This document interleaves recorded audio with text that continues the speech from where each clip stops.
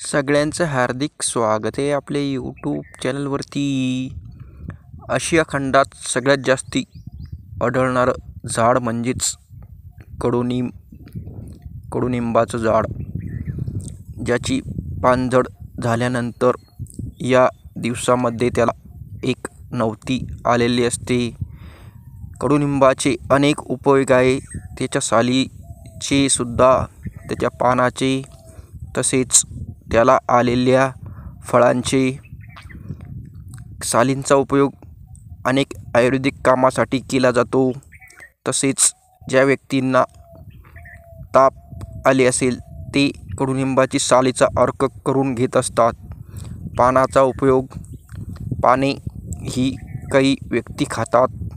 त्याचबरोबर त्याची जी काडी असते त्या काडीपासून दातांची साफसफाई करण्यासाठी या ठिकाणी वापरण्यात येत असते. त्याचबरोबर कडुनिंबापासून साबण निर्मितीसुद्धा केली जाते.